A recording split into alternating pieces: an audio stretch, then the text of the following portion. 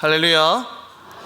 수요기 되어시 우리 모든 성도님들 가운데 하나님의 위로와 평강과 축복이 가득하시기를 주님의 이름으로 축복합니다.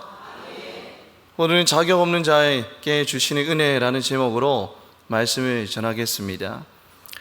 미국 몬태나에 있는 한 교수는 25년 이상 호스피스와 또 고통 완화 의료 분야에서 종사했습니다. 그는 일하면서 용서해 주세요, 당신을 용서합니다, 감사합니다, 사랑합니다 라는 이 네 가지 언어가 죽음을 앞둔 사람은 물론 모든 사람의 인생에 큰 변화를 일으킨다는 사실을 발견했습니다. 그런데 이 네 가지 말은 인생 자체가 참 감사합니다 라는 깨달음이 없으면 할 수 없는 고백입니다. 우리 인생이 온통 불평과 불만과 불안으로 가득하다라면 감사합니다, 사랑합니다 라는 고백을 할 마음의 여유가 없을 것입니다. 오늘 본문의 바울도 하나님이 주신 그 은혜에 감사하고 감격하여서 자신의 신앙을 간증하고 있습니다. 15절에 보면 바울은 이렇게 고백합니다. 죄인 중에 내가 괴순이라 라고 고백합니다. 이 바울은 자신이 죄인 중에 괴수라고 고백합니다. 그런데 이 괴수는 원어로 프로토스입니다. 근데 이 프로토스의 뜻이 뭐냐면 서열상으로 첫째라는 의미가 있습니다. 이 바울이 죄인들 중에서도 가장 첫째, 우두머리라는 뜻입니다. 우리가 범죄에도 어떤 종류가 있죠. 경범죄가 있고 또 무슨 죄가 있습니까? 중범죄가 있습니다. 근데 경범죄는 주로 벌금형으로 끝납니다. 그러나 중범죄는 전과가 남습니다. 이 죄질에 따라서 형량이 달라지는 것입니다. 이 바울도 자신이 죄인인데 죄인 중에 뭐라고요? 괴수라고 그렇게 고백합니다. 아주 자기가 받을 형량이 많다라는 그런 겁니다. 우리가 살다 보면 잘못을 합니다. 그런데 자신의 잘못을 인정하는 것이 참 쉽지 않습니다. 우리 안에 있는 뭐 때문에 인정하기 쉽지 않죠? 자존심 때문에 나의 잘못을 인정하기가 쉽지 않습니다. 그런데 바울이 자신의 자존심을 다 내려놓고 스스로를 죄인 중에 괴수라고 부르는 것은 명백한 과거의 행실 때문입니다. 13절에 보면 내가 전에는 비방자요, 박해자요, 폭행자였으나 라고 고백합니다. 그런데 비방자는 이 신성모독과 연결되는 의미입니다. 그러니까 이 바울은 사울이었을 때 늘 예수를 모독하며 다녔다라는 것입니다. 그리고 박해자라는 원어는 디옥텐이라고 하는데 사냥꾼이 사냥감을 추격하듯이 필사적으로 그 뒤를 쫓는 것을 의미합니다. 이 철저한 유대자인 이 바울은 예수 믿는 자들을 사냥감 추격하듯이 추격하여서 사람을 죽이기까지 하고 남녀를 결박하여서 옥에 넘기며 교회를 핍박하였습니다. 그가 예수님을 만난 것도 박해로 흩어진 성도들을 잡아들이기 위해서 다메섹으로 원정을 가던 중에 벌어진 사건입니다. 그리고 폭행자라고 그렇게 고백하는데 이 주가 사랑하는 성도들을 폭행하던 자가 바로 사울이었습니다. 스데반 집사를 죽일 때에도 주도적인 역할을 한 사람이 바로 사울 아닙니까? 그런데 그 바울은 지금 매우 강한 의미를 지닌 이 세 단어, 비방자와 박해자와 폭행자라는 단어를 사용해서 자신이 과거에 어떤 사람이었는지를 지금 설명하고 있습니다. 바울이 굳이 이렇게 강하고 자극적인 단어, 비방자, 박해자, 폭행자라는 단어를 사용해서 자신이 어떤 사람이었는지를 설명해 주는 그 이유는 무엇일까요? 바로 과거에 자신은 구제불능의 사람이었음을 지금 드러내고 있다라는 것입니다. 그리고 자신이 구제불능의 사람임을 지금 강조하고 있는 이유는 뭐냐면 구원받을 만한 자격이 없는 구제불능의 자신을 구원하여 주신 하나님의 은혜가 얼마나 큰 것임을 보여주기 위해서입니다. 바울은 구원받을 만한 조건이 하나도 없는 사람이었습니다. 구원받을 자격이 없는 구제불능의 사람이었습니다. 그리스도인들과 교회를 핍박했다라는 것은 곧 누구를 핍박하는 것과도 같죠? 주님을 핍박하는 것과도 같습니다. 그래서 그리스도인들을 핍박하러 가는 그 다메섹 도상에서 주님은 바울에게 말씀하셨습니다. 사울아, 사울아, 네가 어찌하여 누구를 박해하느냐? 나를 박해하느냐라고 말씀합니다. 주님을 핍박한 그 구제불능의 바울, 그런 바울에게 어떤 일이 일어났을까요? 13절에 보면 도리어 긍휼을 입은 것은 이라고 말씀합니다. 근데 이 긍휼을 입은 것은 원어를 보니까 불쌍히 여김을 받다라는 뜻이 있습니다. 그러니까 불쌍히 여길 것이 한 개도 없는 사람이 바로 바울입니다. 그리스도인과 교회를 핍박하는 그 바울에게 무슨 불쌍한 것이 있겠습니까? 즉각적으로 하나님이 심판해도 모자랄 판에, 그런데 하나님이 그를 어떻게 여겨주셨다고요? 불쌍히 여겨주셨다라고 말씀하는 겁니다. 14절에 이렇게 고백합니다. 우리 주의 은혜가 넘치도록 풍성하였도다 라고 그렇게 고백합니다. 자신을 향한 그 주님의 은혜가 너무나 커서 인간적인 계산으로는 도저히 측량할 수 없다라는 것입니다. 이것이 무엇을 말씀하냐면 은혜에 대해서 말씀하고 있는 것입니다. 우리가 열심히 일하고 나서 받는 수당을 대가라고 부릅니다. 열심히 일하고 나서 노동의 대가로 우리는 무엇을 받죠? 수당을 받습니다. 근데 그 수당을 받을 때 우리는 수당을 받을 때 은혜를 받았습니다라고 말하지는 않습니다. 열심히 땀 흘려서 일한 자가 그 노동에 대한 대가를 받는 것은 너무나도 당연한 세상의 이치이기 때문입니다. 열심히 일한 자에게는 노동의 대가를 받을 그런 조건과 자격이 너무나 충분합니다. 그러나 자격이 없는 자에게 주는 것을 우리는 대가라고 하지 않습니다. 일을 전혀 하지 않는 사람에게 수당이라는 대가를 지불을 하지는 않습니다. 자격이 없는 자에게 거저 주시는 그 하나님의 일방적인 선물을 우리는 대가가 아니라 뭐라고 부르죠? 은혜라고 부르는 것입니다. 어르신들이 좋아하는 가수가 있습니다. 그 가수가 누구일까요? 트로트 가수입니다. 누구일까요? 임영웅입니다. 다들 좋아하십니까? 너무 좋아하시는 것 같습니다. 제가 얼마 전에 영화관에 갔을 때 이 임영웅의 콘서트를 영화관에서 상영을 하더라고요. 이 스페셜 라이브를 개봉했습니다. 근데 그 티켓 한 장이 얼마일까요? 25,000원에서 35,000원입니다. 보통 영화값의 거의 2배 정도 되죠. 근데 할인이 안 됩니다. 노인 할인이 뭐 이런 거 전혀 안 된다고 합니다. 그런 할인이 안 되는데 많은 사람들이 그 영화를 본다는 거죠. 거의 32만 명 정도 그렇게 봤다라고 합니다. 이 임영웅은 제가 볼 때는 사랑받을 조건과 자격이 있습니다. 외모도 뛰어나고 또 노래 실력도 뛰어나잖아요, 그죠? 어느 때로는 부러울 때가 있습니다. 그리고 또 많은 사람들에게 기쁨을 주지 않습니까? 임영웅의 노래를 듣고 기쁨을 얻지 않습니까? 그리고 임영웅은 그래서 많은 사람들은 영화관에서 임영웅을 보기 위해서 또 콘서트에서 임영웅을 보기 위해서 돈이라는 뭐를 지불하죠? 대가를 지불합니다. 그리고 임영웅은 열심히 노래를 부르는 대가로 무엇을 얻죠? 수익을 얻습니다. 이게 바로 세상의 이치입니다. 조건과 자격을 갖춘 자에게 대가를 지불하는 것이죠. 그러나 이 세상을 경영하는 하나님의 원리는 무엇일까요? 자격이 없는 자에게 조건 없이 베푸는 것, 대가 없이 부어주시는 것, 이것이 바로 뭐라고요? 은혜라는 것입니다. 누가복음에 보면 아버지와 둘째 아들이 등장합니다. 그런데 성서시대 당시에 살아있는 아버지에게 유산을 미리 요구하는 것은 어떤 의미일까요? 아버지, 저는 아버지가 제발 좀 빨리 죽었으면 좋겠습니다. 아버지는 제 앞길을 막는 장애물입니다 라고 말하는 것과도 같은 것이었습니다. 그것은 전혀 용서받을 수 없는 행동이었습니다. 당시 권위와 명예를 중시하던 그 시대에 아버지 입장에서는 매우 치욕적이고 수치스러운 말이었습니다. 그리고 당시에는 마을 공동체를 이루고 있었기 때문에 둘째 아들의 문제는 한 집안의 문제가 아니라 마을 전체의 문제이기도 했습니다. 이 둘째 아들은 아버지뿐만이 아니라 마을 공동체에도 수치와 모욕을 준 것입니다. 근데 이 상황에서 아버지가 할 수 있는 것은 무엇일까요? 요즘 말로 말하면 뭐를 파내는 것이죠? 호적을 파버리는 것입니다. 예전에 이 시대 당시에 캐짜짜라는 의식이 있었습니다. 이 캐짜짜 의식의 어떤 의미가 담겨져 있냐면 끊어진다라는 의미가 담겨져 있습니다. 아들이 부모의 말을 듣지 않고 반항을 하면 아들을 죽은 것으로 여기고 사적인 인연이 완전히 끊었음을 상징하는 장례를 치르는 것이 바로 캐짜짜 의식입니다. 당시는 이처럼 권위적이고 명예를 중시하는 문화였습니다. 자녀가 말을 듣지 않으면 인연을 끊어버리고 장례를 치르는 그런 의식이 바로 캐짜짜였습니다. 이런 시대적인 상황 가운데서 아들은 너무나 당당히 유산을 요구하죠.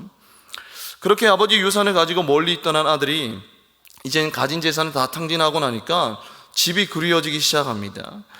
둘째 아들의 입장에서는 정말 아버지에게 무릎 꿇고 두 손 들고 두 손으로 싹싹 빌고 이제 더 이상 아들이 아닌 품꾼으로 여겨달라고 간청해야지만 아버지가 겨우 나를 받아주시겠지라고 그렇게 생각합니다.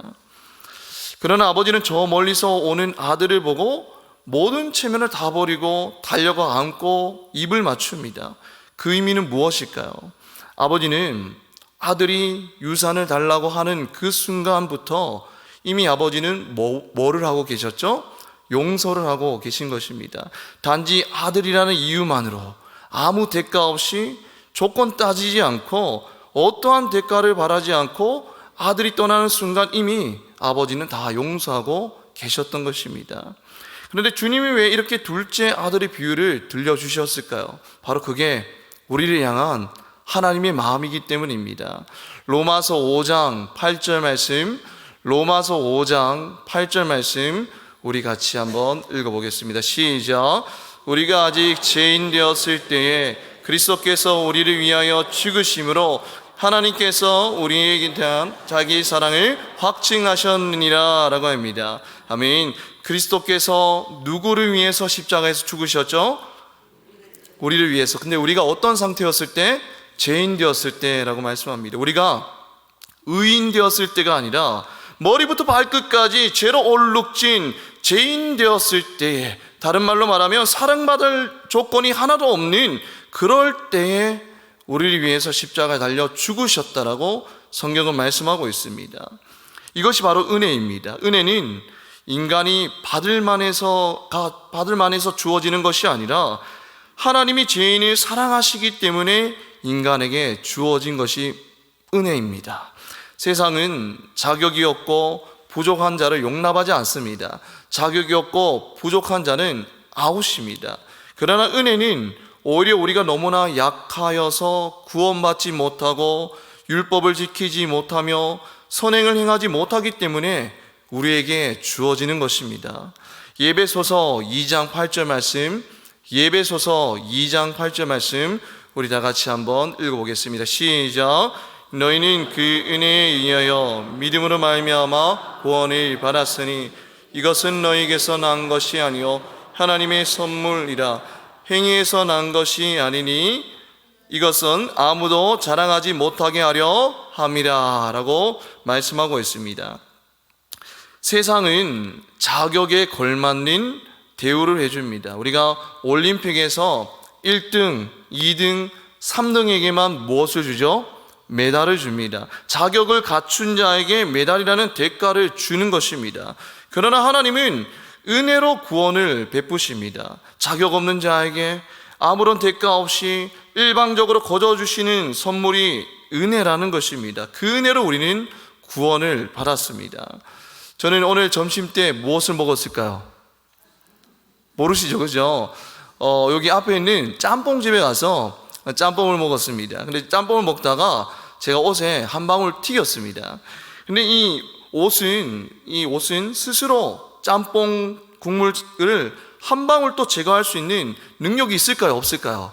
옷에는 능력이 없습니다. 그 옷의 주인만이 그 옷을 깨끗하게 할 수 있다는 것입니다. 죄로 얼룩진 인간이 스스로 죄를 제거할 수 있는 능력이 없습니다. 구원의 능력이 없다라는 거예요. 죄인인 우리는 예수 그리스도의 보혈의 능력으로만 우리가 깨끗해질 수 있음을 믿습니다.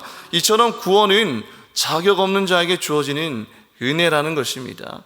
구원은 나의 행위에서 난 것이 아니라 전적인 은혜이기 때문에 아무도 자랑할 수가 없습니다. 오직 하나님께만 영광을 돌리게 된다는 것입니다. 그래서 17절에서 이 바울이 은혜에 대해서 감사하고 있습니다.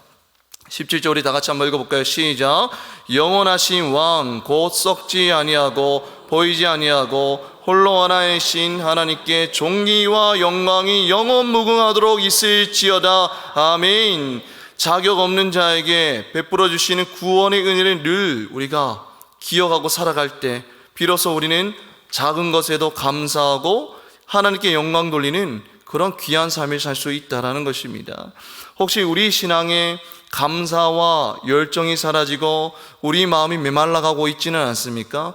근데 많은 사람들이 신앙생활을 오래 했기 때문에, 많은 세월이 흘렀기 때문에 우리 마음이 메말라갑니다라고 그렇게 말할 수 있습니다. 하지만 그것은 근본적인 이유가 아닙니다.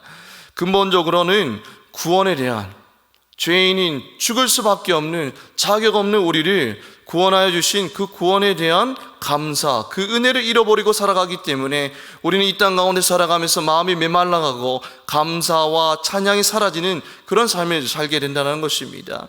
베드로가 예수가 그리스도이심을 발견한 순간 이렇게 고백합니다. 주여, 나를 떠나소서, 나는 죄인으로 소이다라고 고백합니다. 자신이 죽을 수밖에 없는 죄인임을 예수 그리스도를 인격적으로 만날 때 깨닫게 된 것입니다. 우리가 예수를 믿으면 내 안에 예수께서 성령으로 우리 마음에 계십니다. 우리는 어쩌다가 생각날 때 한 번이 아니라 늘 내 안에 계신 예수를 바라보면서 살 때에 죽을 수밖에 없는 죄인을 구원해 주신 그 하나님의 은혜에 감사하게 되는 것입니다. 자격 없는 나를 구원해 주신 그 은혜에 감사하며 살게 되는 것입니다. 늘 내 안에 계신 예수를 바라봄으로써 1년에 한 번 수련회 때만 예수를 바라보는 것이 아니라 일어났을 때에도, 밥을 먹을 때에도, 걸을 때에도, 자기 전에도, 무엇을 할 때에도, 일을 할 때에도 늘 내 안에 계신 예수를 바라봄으로써 자격 없는 자에게 베풀어 주신 그 은혜에 감사와 감격과 기쁨과 찬양으로 살아가는 복된 인생 되시기를 주님의 이름으로 축복합니다. 12절에 보면 이렇게 말씀하고 있습니다. 나를 능하게 하신 그리스도 예수 우리 주께 내가 감사함은, 나를 충성되이 여겨 내게 무엇을 맡기셨다라고요? 직분을 맡기셨다라고 합니다. 바울은 죄인 중에 괴수인 자신을 구원해 주셔서 그 구원의 은혜에 감사할 뿐만이 아니라 복음을 전하는 사역자라는 직분을 맡겨주신 하나님의 은혜에 감사하고 있습니다. 그런데 12절에 보면 충성되이라고 하고 있는데, 이 충성되이는 원어가 피스톤입니다. 근데 이 피스톤의 뜻이 뭐냐면 신실한, 믿을 만한 이라는 뜻을 지니고 있습니다. 그러니까 주님께서 바울을 믿을 만한 존재로 여겨주시고 더 나아가서 사도라는 직분까지 주셨으니 감사하지 않을 수가 없다라는 것입니다. 이 바울은 사도라는 직분을 받을 만한 솔직히 자격이 전혀 없는 사람 아닙니까? 믿을 만한 구석이 한 개도 없는 사람이 바로 바울입니다. 예수 믿는 사람들을 옥에 잡아서 옥에 가두고 예수 그리스도를 비방하는 자요, 그리고 12제자에게 속한 사람도 아니었습니다. 정말 자격과 조건에서는 이미 탈락입니다. 그러나 그 믿을 구석 하나 없는 바울을 예수님은 어떻게 해주셨죠? 믿어주시고 더 나아가서 그에게 직분까지 주셨다라는 것입니다. 믿을 만한 구석이 하나도 없는데 믿음직한 존재로 여겨주시는 것이 바로 하나님의 은혜인 줄 믿습니다. 베드로는 예수님께 죽기까지 주님을 따르겠다라고 그렇게 호언장담했습니다. 그런데 결정적인 순간에 주님을 3번이나 부인했습니다. 그러나 주님은 그런 믿을 만한 구석이 없는 베드로에게 다시 나타나셔서 다시 믿어주시고 복음 전하는 직분을 다시 맡기셨습니다. 바로 자격 없는 자에게 주어지는 은혜인 것입니다. 15절에 보면 미쁘다라고 말씀합니다. 근데 이 미쁘다의 뜻은 뭐냐면 신실하다, 믿을 만하다라는 뜻입니다. 그러니까 하나님은 한번 약속을 하시면 반드시 지키시는 믿을 만한 분이십니다. 그러나 우리 자신을 한번 돌아보기를 바랍니다. 어디 믿을 만한 구석이 있습니까? 저도 제 자신을 돌아봤을 때 믿을 만한 구석이 한 개도 없습니다. 하나님을 사랑한다고는 하지만 하루에도 하나님을 떠나 살 때가 얼마나 많습니까? 그래서 바울은 오호라나는 공고한 자로다라고 그렇게 고백했습니다. 이처럼 우리는 비록 믿을 만한 구석이 한 개도 없는 자격 없는 자이지만 그럼에도 하나님께서 우리를 믿음직스럽다라고 여기시고 또 직분을 주시고 교회를 세워나가게 하십니다. 그렇기 때문에 우리에게 주신 그 직분은 내가 잘나서 얻은 나의 공로와 나의 능력이 아니라 하나님이 주신 은혜일 수밖에 없다라는 것입니다. 우리는 대개 하나님이 우리에게 내게 원하는 것을 주셨을 때 감사를 드립니다. 하나님, 제가 기도한 것을 들어주셔서 감사합니다라고 우리는 그렇게 고백합니다. 원하는 부와 원하는 명예와 원하는 권력과 원하는 건강을 얻었을 때 우리는 하나님께 감사합니다라고 찬양함으로 나아갑니다. 하지만 바울의 감사는 우리의 감사와는 좀 많이 다릅니다. 그는 하나님의 일을 할 수 있다라는 거에 감사함으로 나아가고 있습니다. 예수님이 그에게 일을 시키셨기 때문에 감사하고 있는 것입니다. 이것이 바로 바울이 죽을 때까지 사명을 감당할 수 있었던 능력이었던 것입니다. 사도행전 20장 24절에 이렇게 바울은 고백합니다. 사도행전 20장 24절 말씀 우리 한 목소리로 한번 읽어보겠습니다. 사도행전 20장 24절 말씀 읽겠습니다. 시작. 내가 달려갈 길과 주 예수께 받은 사명 곧 하나님의 은혜의 복음을 증언하는 일을 마치려 하면은 나의 생명조차 조금도 귀한 것으로 여기지 아니하노라 라고 바울이 당당하게 고백합니다. 바울이 힘들고 어렵고 때론 포기하고 싶을 때도 있었을 것입니다. 매도 맞고 돌로 맞고 배도 파손되고 얼마나 어려운 일들이 많았겠습니까? 때로는 인간이라 포기하고 싶을 때도 있었을 것입니다. 그러나 그런 상황 가운데서도 묵묵히 그 사명을 감당하며 그 길을 완주할 수 있었던 이유는 바울이 인내력이 뛰어나서가 아니라 절제력이 뛰어나서가 아니라 능력이 많아서가 아니라 남들보다 끈기가 많아서가 아니라 믿을 만한 구석이 하나도 없는데 믿을 만한 존재로 여겨주시는 그 하나님, 자격 없는 자에게 직분을 주시는 그 하나님의 은혜 때문이라고 고백하고 있다라는 것입니다.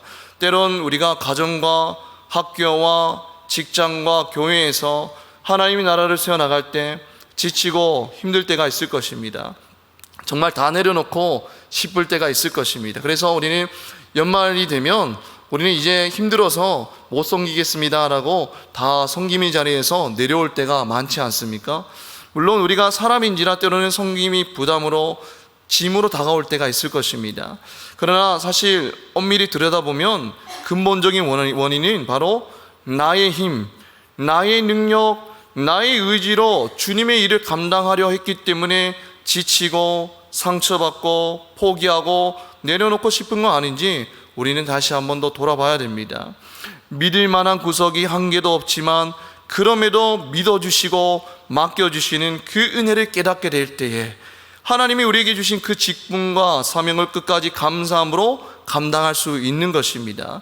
자격 없는 자에게 주시는 하나님의 은혜만이 직분과 사명을 끝까지 감당할 수 있는 능력인 줄 믿습니다. 오늘 바울이 자격 없는 자에게 그럼에도 인정해 주시고 믿을 만하라고 여겨주시고 직분을 주셨던 그 하나님의 은혜 때문에 그 사명을 잘 감당할 수 있었듯이 우리 또한 정말 믿을 만한 구석이 하나도 없지만 그럼에도 믿어주시고 직분을 주신 그 하나님의 은혜에 감사하며 그 직분을 잘 감당하였을 때에 하나님 앞에 칭찬받고 하나님 앞에 인정받는 우리 모든 성도님들이 되시기를 주님의 이름으로 축복합니다.